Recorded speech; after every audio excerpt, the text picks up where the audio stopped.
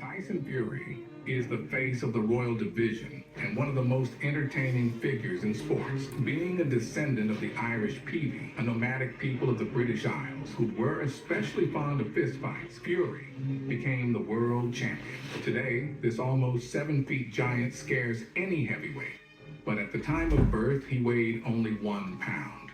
The birth took place 3 months earlier than expected, and doctors almost did not give a chance.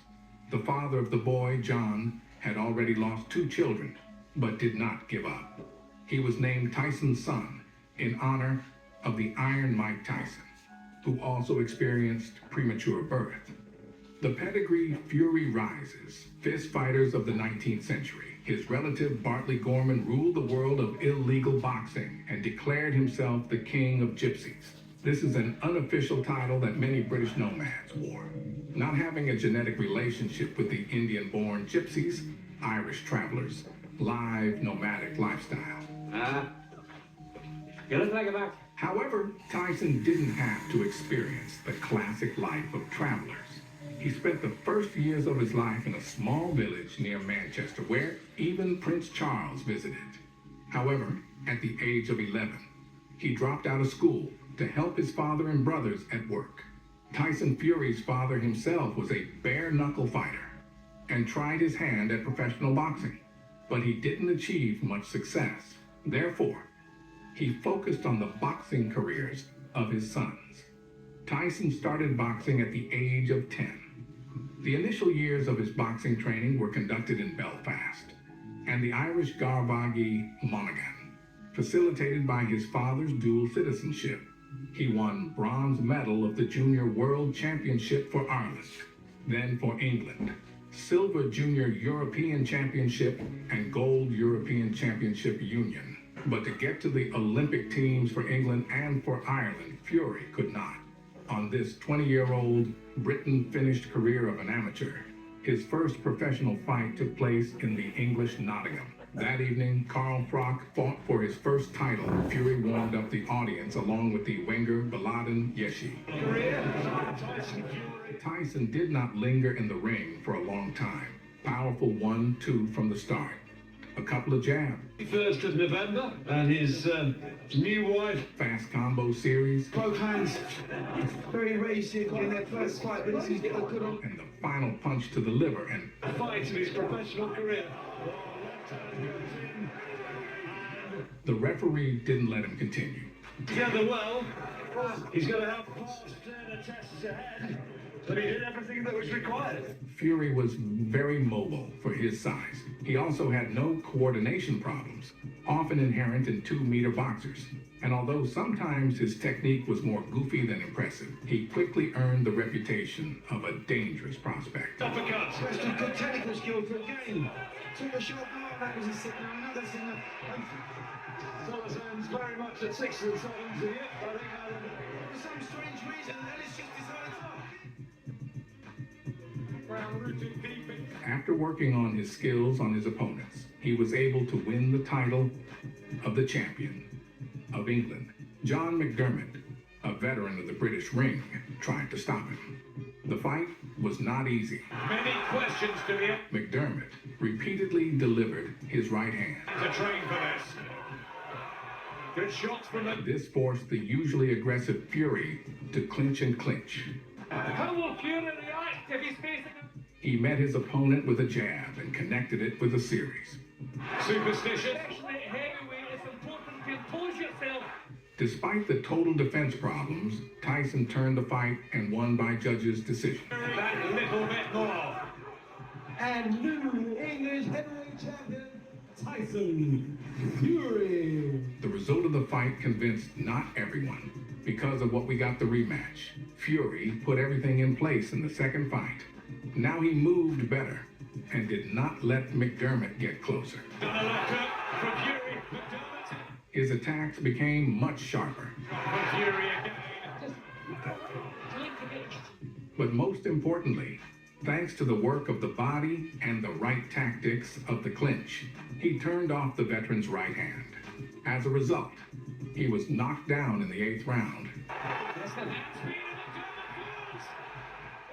Then it was only a matter of success.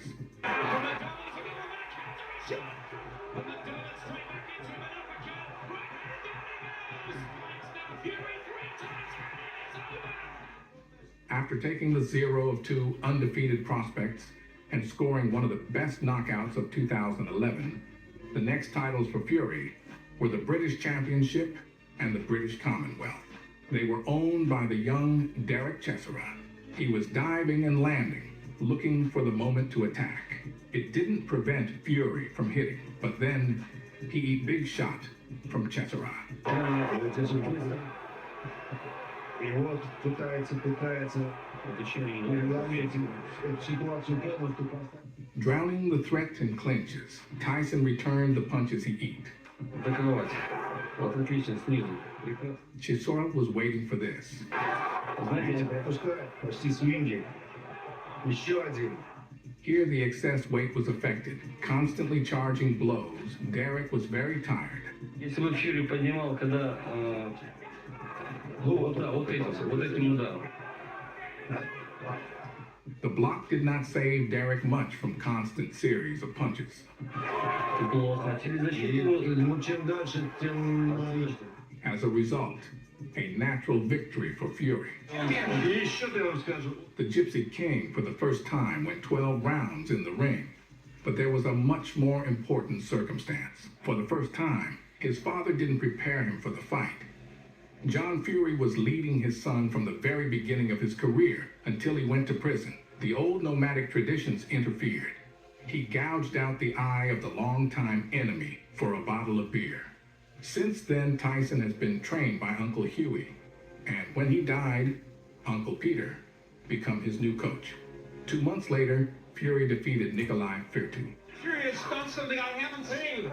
Fury! And 2 months later, he beat undefeated Nevin Pajic, Serbian boxer. Pajic sent Fury to the floor in the second round.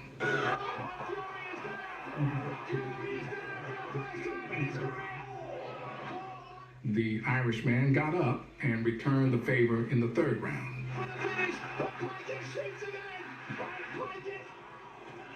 He's going to have to be careful here. Despite the Pajic's resilience, the referee decided to intervene, depriving the audience of the outcome of the confrontation. A devastating... He doesn't want the stoppage! He was furious with it! It was widely anticipated that Tyson Fury would face David Price in a boxing match, who defeated the Irishman in the amateur ring. But Fury preferred to vacate the belt and fight with the much less dangerous Martin Rogan for the title of the Irish champion. I vacated the titles of Britain and the Commonwealth because the fight for the championship of Ireland meant more to me. All my relatives are from Ireland. Rogan couldn't show any serious resistance. Fury controlled him with his front hand and periodically hit crosses. Tentative Tyson.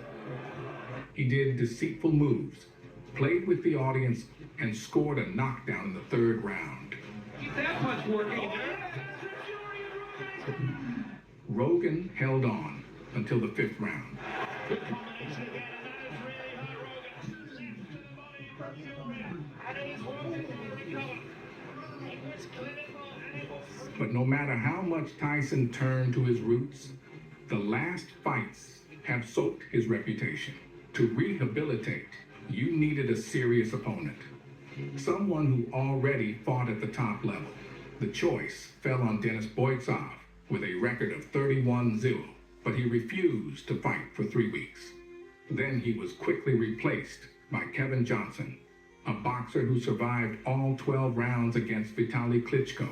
The winner claimed the WBC belt.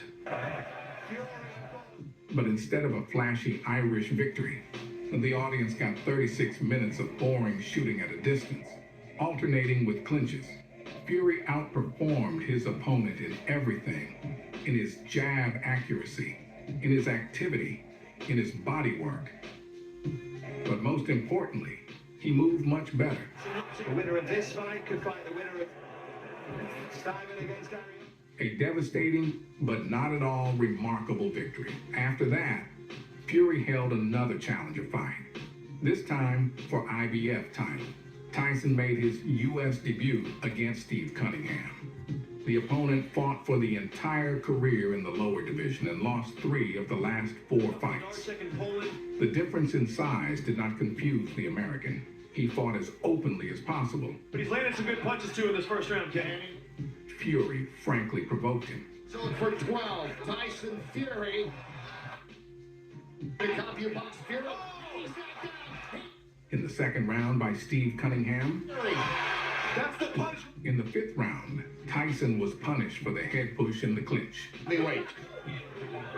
Constant pressure and work on the clothes brought fruits. On there, he's just walking to Steve. He's landing good. And in the 7th round, Fury found his moment. Steve's almost done here. Look at this. So Cunningham is knocked out by Fury. Fury got the right hand and Cunningham is floored. He's hurt bad. You see him using that floor. After pulling away from his opponent, the Gypsy King landed a sweeping hook, which brought him his 21st victory as a professional. Almost done here. Look at this. The 24-year-old Fury was planning to fight against the British heavyweight of that time, David Haye, but he got injured twice and announced the end of his career. Then the Irishman challenged many, from Vladimir Klitschko to Roy Jones, but had to fight American journeyman Joey Abel. At the end of this third round.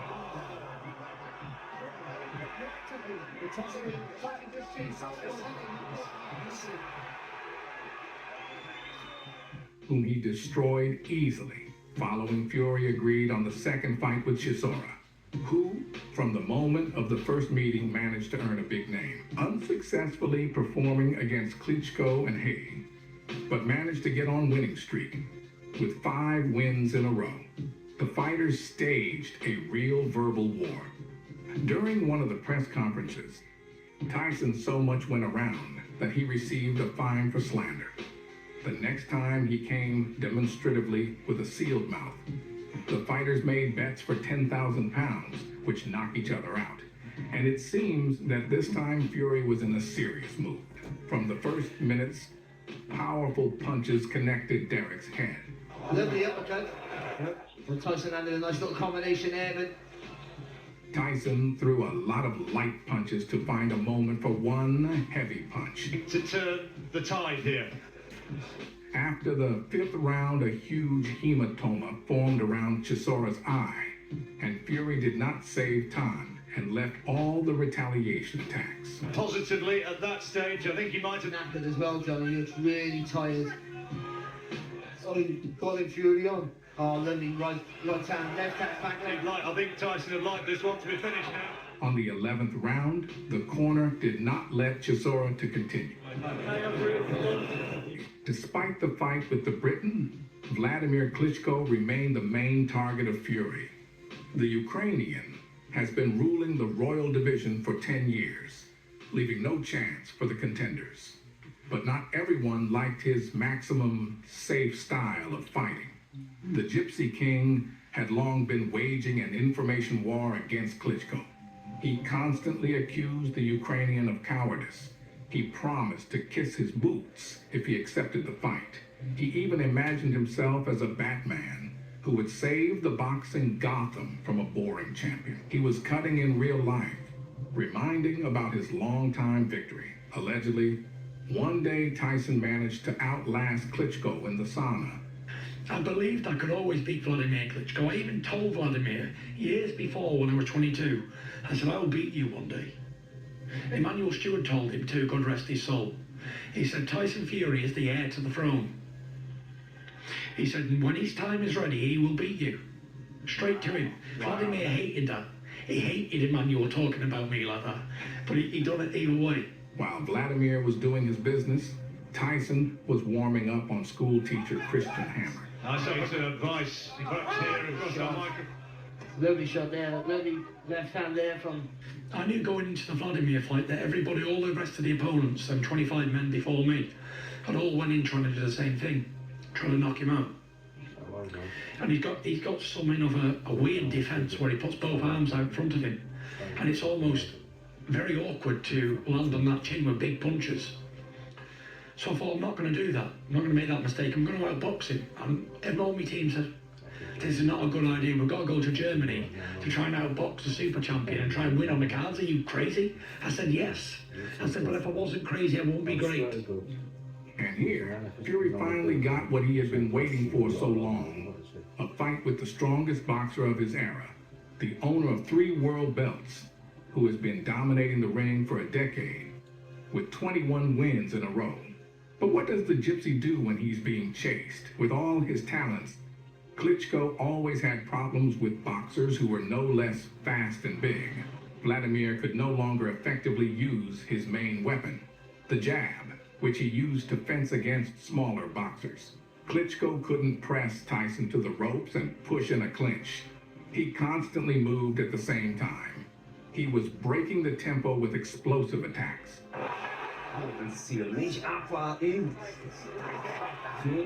Any attempts of Klitschko to get closer ended in a clinch on the conditions of the Irishman.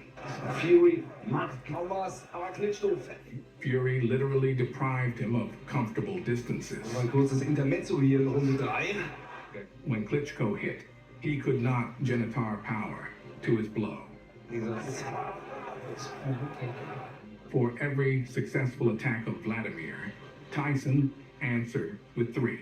Bei Wladimir Klitschko erlaubt. And confidently brought the fight to a decision.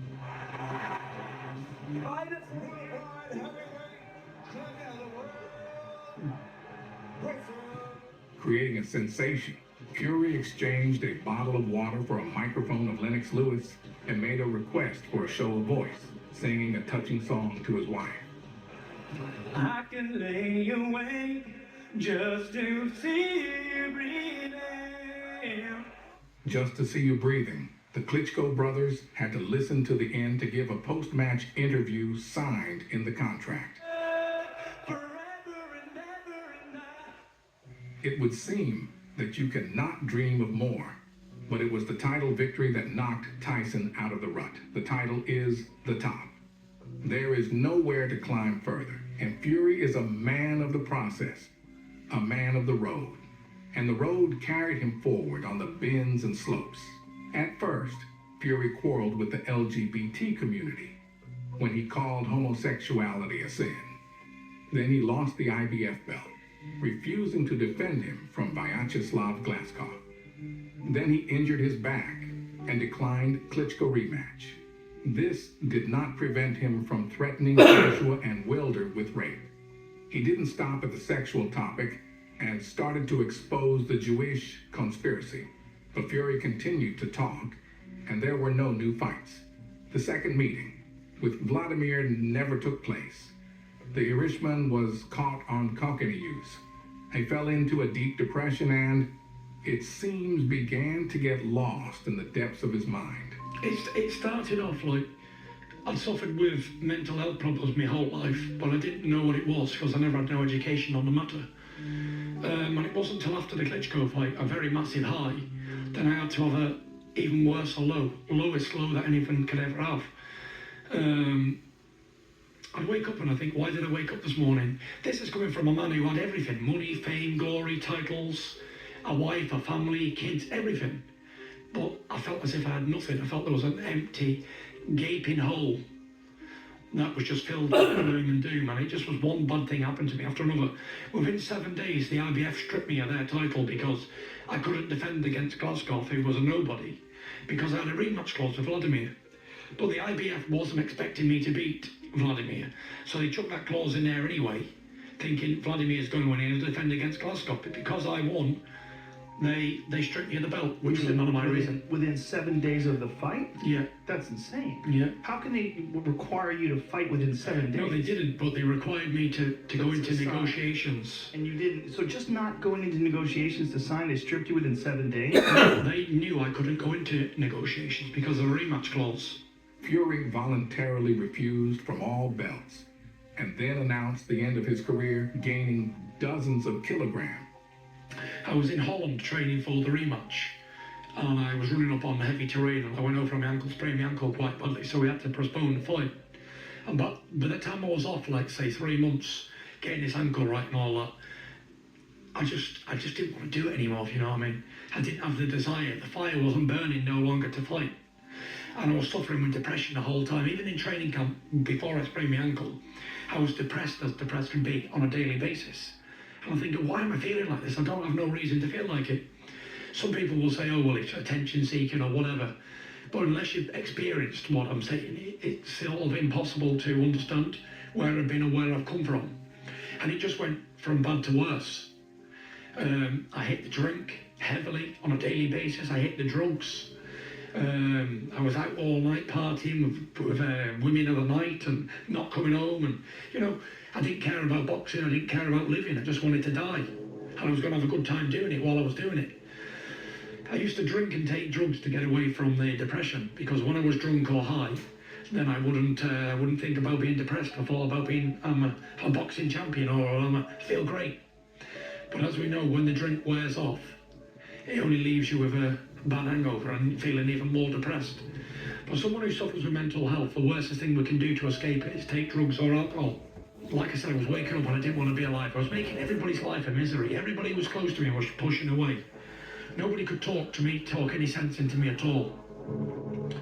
And I'd go very, very, very low at times, very low. And I'd start thinking all these crazy thoughts and this, that and the other. And I was in my car, I bought a brand new Ferrari convertible in the summer of 2016. And I was in it and I was on the highway. And there's a strip of the highway where I am. And at the bottom of about a 5-mile strip, there's a massive bridge that crosses the motorway. And I knew that. And I got the car up to 190 miles an hour. I was heading towards that bridge. And I didn't care what no one was thinking. I didn't care about hurting my family, my career, people and friends, anybody. I didn't care. I didn't care about nothing. I just wanted to die so bad. I gave up on life.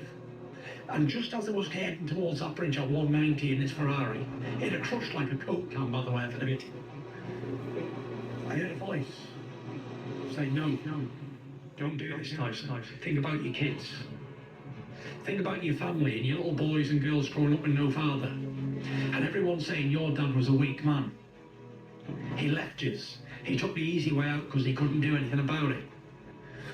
And before I turned into the bridge, I pulled on the motorway and I was shaking. I could feel myself shaking, and I pulled over and I was all nervous and didn't know what to do. I was frightened and I was so afraid. And I thought, that day, I'll never, ever, ever try or think about taking my own life ever again. And I didn't. I went and got help from the leading psychiatrist, doctor in the UK. And my dad went up with me and she said to me, Dad, she said, can I have a word alone with you, John? He said, yeah. My dad told me what she said when he came out. She said, he is not to be trusted alone. He's an imminent death risk. That's the highest level of suicide risk that she'd ever assisted. And she said, without his faith, he would have been dead a long time ago. But she said, faith alone ain't going to hold him, because that's going to break. And once that goes, he's done. So that put my dad's life terror as well, because he was checking up on me all the time. He wanted to be with me 24/7. He was even sleeping in my house with me. A married man with 4 kids. I was out 2017 Halloween. I was a £400 dressed up as a skeleton. And I go to this fancy dress party and I'm looking around and I'm thinking, these are all young kids compared to me. I'm 30 and I feel like I was the oldest guy in there, like 29. I was like, what am I doing here? Is this what you want for your life? And I thought to myself, this is not me. And no matter how many people told me before this, where I was going wrong, what I was doing, you need to act your life. You can only change your life if you want to change it. And I left, and everyone said, are you going home early? I said, yeah. I left at 9 o'clock, I went home. And I got back home, I didn't say anything to the wife, I just went straight upstairs into a dark room. And I took the stupid skeleton suit off, and I was sat there. And I got on my knees and I was praying and begging God to help me. And at this point, I'd never begged or cried to God to help me before. I'd prayed a lot, all my life. but I'd never been in this physical state before. I could feel tears running down my face. My chest was wet with tears. Because I knew I couldn't do it on my own. It wasn't possible for me. Because I tried and tried and tried, and I ended up back in the pub, back drinking. I almost accepted that that was going to be my fate, an alcoholic. So I was on my knees in this bedroom. After praying for about 10 minutes, I got up and I felt the weight of the world was lifted off my shoulders. And for the first time in years, I knew I was going to make a comeback. And I called my wife and said, Paris, she said, what? She thought I was drunk coming home from the pub. I said, Monday morning, I start to regain mission to try and get the heavyweight championship of the world back. She said, yeah. Because before this, every time I'd have a beer, I'd come back and I'm going to be the heavyweight champion of the world again, because it was the alcohol talking.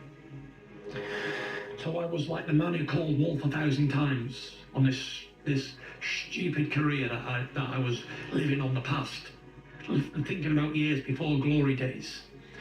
And after this prayer, I got up and said, all right, this is going to be it. She didn't believe me 1 second. But even when I speak to her now, she says, that night you told me that, she said, I heard a difference in your voice. Something happened. Next day I phoned up Ben Davison. And I said, I don't want to go back down the old route with the same trainer, same promoter, same anything. I said, everything's got to change. I said, it's going to be a new Tyson Fury.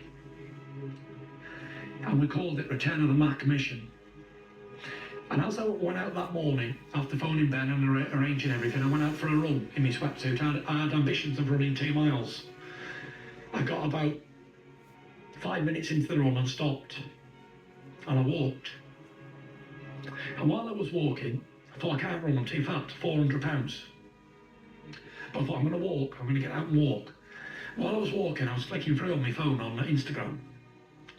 And I see this video of Deontay Wilder saying, yeah, Tyson Fury's finally done that, because the week before I'd been at a boxing show in Manchester or something, and the press took a picture of me, and it was like everywhere, this big, fat, out of shape, ugly, bald-headed, bearded, white as a sheet man. I was like, a state. And he'd done this video, yeah, after seeing this evidence of Tyson Fury, I finally know he's finished. He can never come back, and even if I would have fought him in his heyday, I'd have knocked him out. And before that, he was talking about Mike Tyson, how he'd knocked Mike Tyson out in a round. And I thought to myself, that's very disrespectful to talk about someone who's not even from your era and wanting to fight them and all that sort of stuff. But there's no possible chance. So I thought to myself, you know what, if I ever do fight you, I'm going to give it you for that reason. And then when I saw this other video of him saying the things about me and I couldn't come back and that, it gave me that much more motivation to return. Just so I can beat Deontay Wilder. After 2.5 years, in 2018, the Gypsy King returned to the ring against Seferovic with a 23-1 record. Fury lost